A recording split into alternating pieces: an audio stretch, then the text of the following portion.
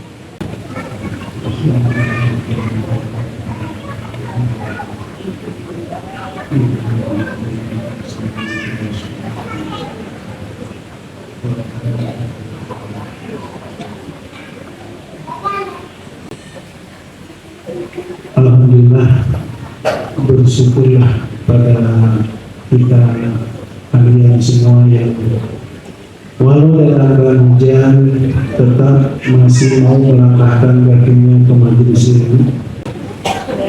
Hujan bukan halangan, hujan bukan alasan untuk terus belajar dan belajar.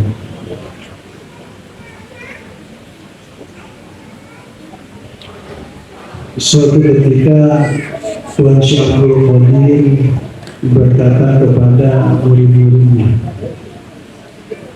maukah kalian aku perlihatkan karomah terbesarku? Kalau mau besok akan aku perlihatkan. Datang waktu Jumat, Tuan Syekh Qadir naik ke atas mimbar. Selesai sholat, muridnya bertanya, wahai Tuan Syekh, dari tadi kami tidak melihat aroma yang kau janjikan. Padahal kemarin engkau berkata kepada kami bahwa engkau akan menunjukkan aroma terbesar yang belum pernah kau perlihatkan kepada kami. Hanya kata Tuan Syekh Qadir, tidakkah engkau melihat aku tadi sholat berjamaah dan berkhutbah? Betul. Pernahkah kalian melihatku meninggalkan sholat? Tidak. Pernahkah kalian melihatku meninggalkan majelis ilmu? Walau dalam keadaan badai? Tidak. Itulah sejatinya karomah, yaitu istiqomah.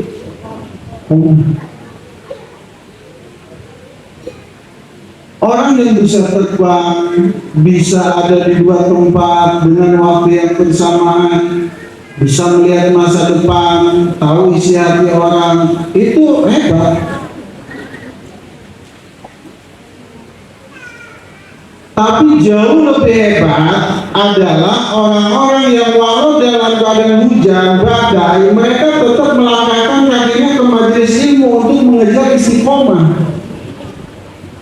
Maka salut bangga untuk jamaah. Alhamdulillah, kalau dalam keadaan hujan mungkin temoga duit kan musim paceklik jeung pamajikan ke patanya jeung salaki ke akur, tapi tetap baik datang ke majelis ilmu, ngahadiran pengajian, embung ngalewatkeun malam Jumat tanpa majelis ilmu. Alhamdulillah.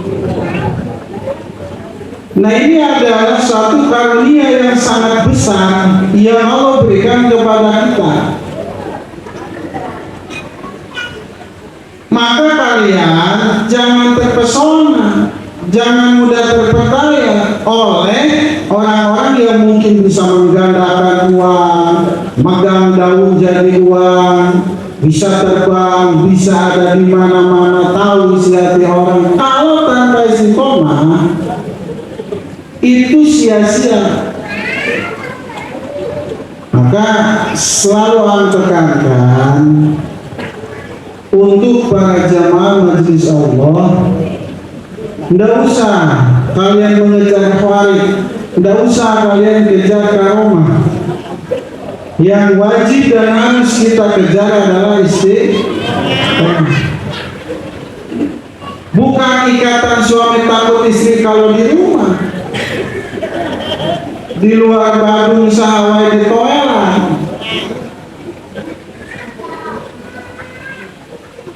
Continue pada suatu amalan yang telah diamalkan terus malam Jumat, ngaji hujan geledek goda berangkat. Ayeuna alhamdulillah pan disiapkeun kue. Nah itu di depan Pak Bu, insya Allah itu rutin tiap malam Jumat. Siapkan air mineral, terus kemudian ada kue-kue basah, mungkin nanti ke depannya gorengan atau apa dicampur. Nah tujuannya apa? Tujuannya itu ada kekhawatiran begini Bu. Yang ngaji di sini itu tidak semuanya orang mampu. Yang ngaji di sini itu tidak semuanya orang kaya. Beberapa kali yang menyaksikan, walau tidak secara langsung, ada jemaah yang memang di rumahnya lapar belum makan, karena memang tidak ada yang bisa dimakan. Wayangnya ngaji dia berangkat, bari ngaji, bari nahan lapar. Sedang sebelum ngaji makan. Ini kan satu ketidakadilan bagi saya. Jelas pada kondisi itu sudah zalim. Ngisi kajian dalam keadaan kenyang, sedang jamaah ada yang mendengarkan dalam keadaan lapar. Nah buat ini bahaya. Buat siapa? Ya buat sendiri ini berbahaya. Bagaimana nanti di hadapan Allah dan Rasulnya? Siapa ngisi kajian betul sebetul jamaah siang ngadengin pengajian kalaparan diangkat. Nah untuk menghindari pertanyaan ini kelak di akhirat, maka inisiatif kemarin pesen kue. Pokoknya setiap malam Jumat untuk tahap awal sanggupnya baru 1 juta. Kue 1 juta. Nah itu nanti jemaah datang dikasih kue. Ini mungkin sebagian belum ada yang tahu ya Bu, karena saya lihat kue tadi masih banyak.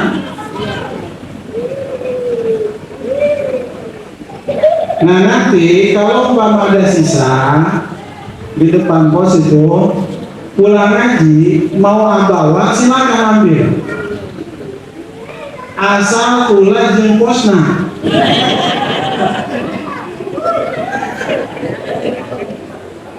Silakan bawa, buat di rumah atau buat anak, buat cucu bawa aja, tapi jangan rebutan. Tadi ambil masih banyak.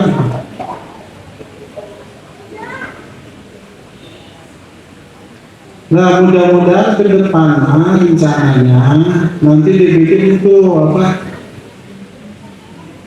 Nanti pakai box. Iya, jadi dibikin wadah, pakai box, nanti ada mineral water, terus ada kue-kuenya beberapa macam. Jadi begitu masuk ke area majelis di pos itu masing-masing ambil 1. Kalau udah kenyang, gak apa-apa dibawa aja. Nanti pulang kan bisa dibawa ke rumah.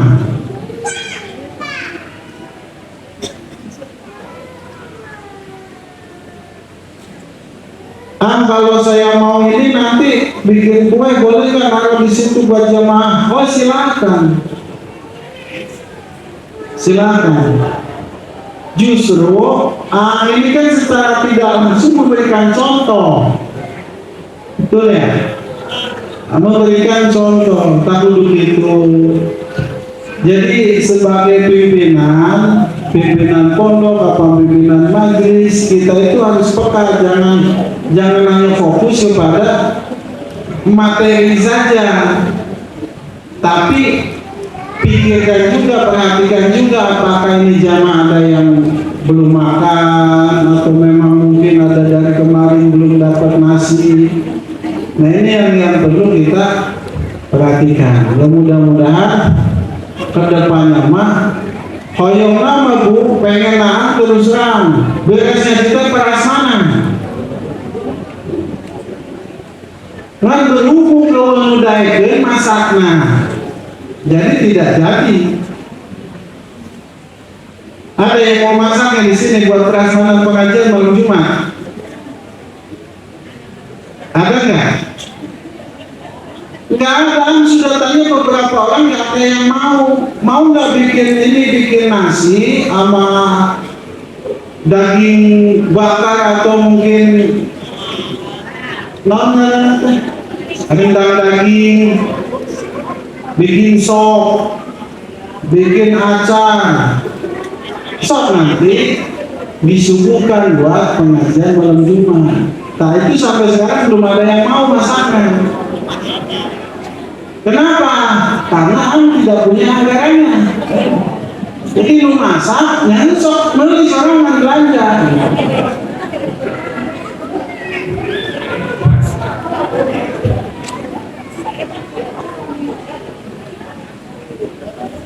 Ya kue-kue walaupun tidak seberapa, yang penting kan bisa mengganjal sampai pagi hari. Alhamdulillah Bapak Ibu yang dirahmati Allah, sekali lagi ini adalah karunia yang besar dari Allah untuk kita semua. Allah berikan kita istiqomah. Dan tahukah kalian bahwa setiap amalan yang dilakukan pada malam dan hari Jumat itu Allah lipat gandakan, tidak sama dengan hari-hari biasa. Dan kebetulan alhamdulillah pengajian kita bertepatan dengan malam Jumat.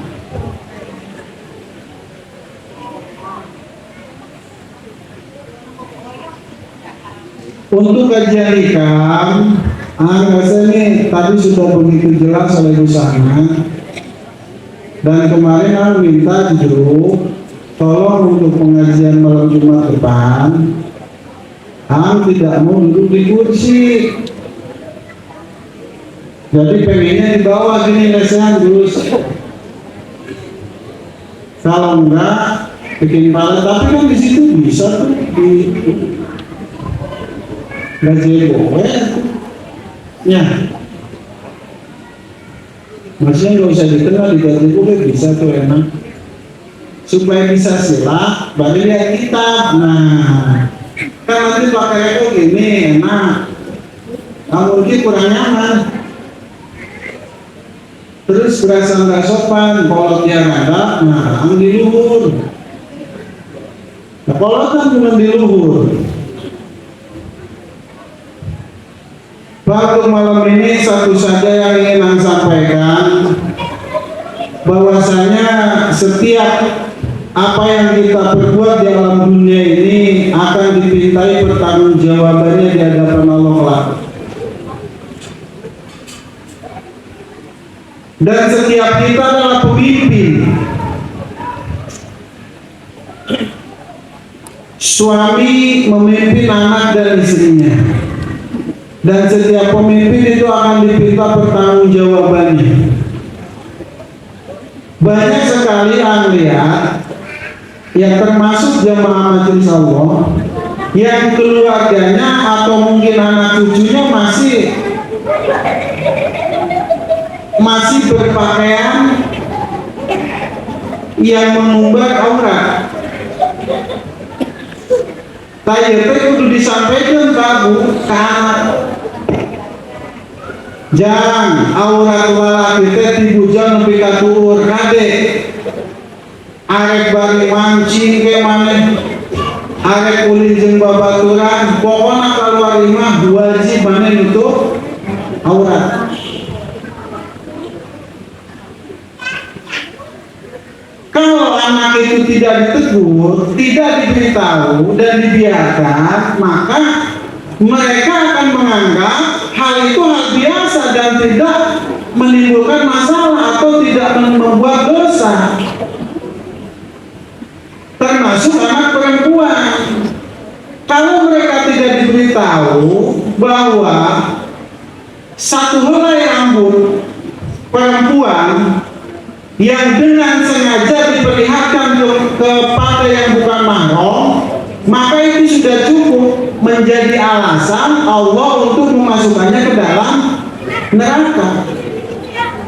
Itu satu helai rambutnya anak kita, cucu kita, coba lihat.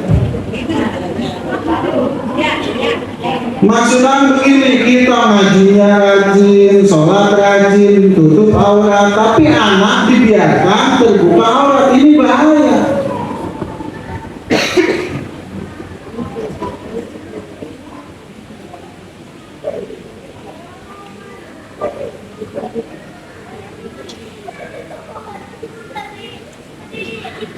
Secara pribadi, jujur Bu, antum punya harapan besar untuk Bojong Sari, Laban Sari. Harapan ke depan ya 5-10 tahun ke depan itu betul-betul menjadi kampung yang dipenuhi dengan keberkahan. Jadi desa-desa yang betul-betul diisi oleh manusia-manusia yang berpegang teguh kepada agama. Nah ini tidak mungkin terjadi kalau generasi anak-anak kita ini tidak kita didik, tidak kita beri pemahaman. Sekarang masih banyak orang tua yang dengan santainya pakai kolor, kadang ibu-ibu pakai BH doang di luar, ya penima nongkrong. Nah ini mungkin salah satu sebabnya tidak adanya pemahaman dan tidak adanya penekanan dari orang tua. Maka orang tua itu punya peranan penting. Anakmu mau jadi seperti apa kelak, ya engkau yang nentuin. Betul, memang tidak ada satu helai daun pun yang jatuh ke atas bumi ini kecuali atas izin Allah. Lalu terus untuk apa Allah beri kita otak, Allah beri kita akal? Itu fungsinya supaya kita bisa memilah dan memilih mana yang benar dan mana yang salah, mana yang hak, mana yang batil, mana yang harus kita pakai, mana yang enggak.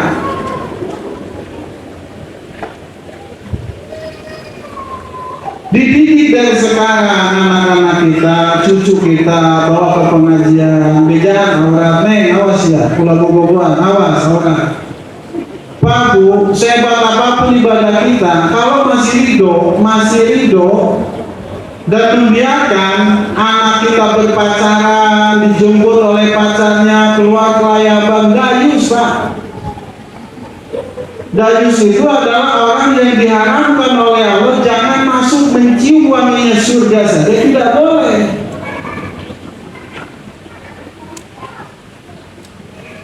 Orang yang tidak punya rasa cemburu kepada keluarganya, termasuk ini istri dan anaknya, ketika istrinya terbuka aurat dibiarkan, nah ini bahaya. Anak-anaknya terbuka aurat dibiarkan.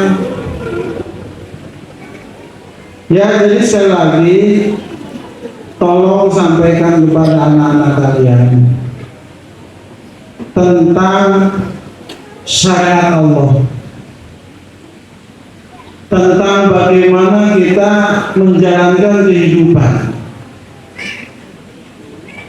tentang bagaimana kita bersosial, berbaur dengan masyarakat. Diajarkan etika, ada budaya orang lagi nongkrong di jalan punten, permisi dan lain sebagainya. Indonesia ini sudah krisis moral Pak. Kemah kolotna tengah bejaan, nyontohan lagi kebenaran. Ya mungkin itu dulu saja. Sekali lagi tolong sampaikan, tolong jaga anak istrimu dari api neraka. Makanya itu rewel keluarga, anak antum yang perempuan kalau dia keluar, biarpun pakai tangan panjang, kalau nggak pakai handshake itu nggak boleh. Termasuk istri-istrian, coba-coba keluar nggak pakai handshake. Ibu-ibu tahu handshake kan? Nah, padahal kan pakai tangan panjang, tapi tetap kenapa kalau tangan panjang? Iya, kalau dia di bawah tertutup. Begitu dia umpama beresin kerudung atau apa, ini kan kelihatan aurat. Maka wajib pakai kaos kaki keluarga itu wajib. Sepintas seperti apa ya, keras mendidik keluarga, enggak, karena saking sayangnya.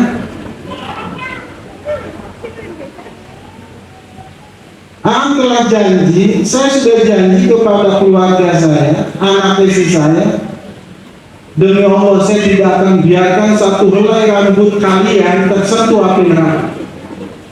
Nah itu bukan berarti anak bisa memberi syafaat di akhirat, bukan berarti saya bisa menolong mereka di akhirat. Tapi apapun yang bisa berpotensi menyebabkan mereka masuk ke dalam mereka, kita hindari. Kan sudah ada aturannya. Dia jalan menuju surga, dia jalan menuju neraka, dia.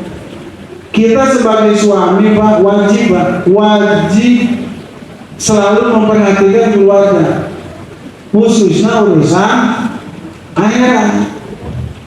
Jadi kalau umpama ini, ini temenan dosa ya, nggak boleh.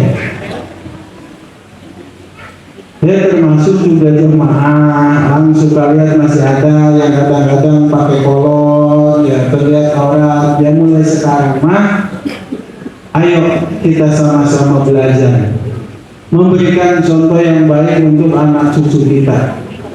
Kalau kita terbiasa dengan kolor, terlihat aurat, sehingga anak kita itu melihat itu tidak apa-apa, orang tua orang biasa wae. Maka anak kita ketika ada yang dakwahin, ada yang nasihatin, dia tidak akan terima. Kenapa? Dari beriwang, kalau kayak kisah luar biasa wae. Ya jelas apa ya? Ya mudah-mudahan Allah senantiasa menjaga kita dari segala bentuk kemaksiatan, menjadikan anak turunan kita semua sampai hari kiamat menjadi anak-anak yang soleh-solehah, jadi orang-orang yang berbakti kepada orang tua, berguna bagi agama, bangsa dan negara, menjadi manusia-manusia yang senantiasa memberi manfaat untuk orang banyak, menjadi manusia-manusia yang selalu mendatangkan kebahagiaan bagi orang-orang di sekitarnya. Dan semoga Allah senantiasa menjaga kita, keluarga kita, anak turunan kita semua sampai hari kiamat dari dahsyatnya siksa neraka. Bismillahirrahmanirrahim. Al-Fatihah.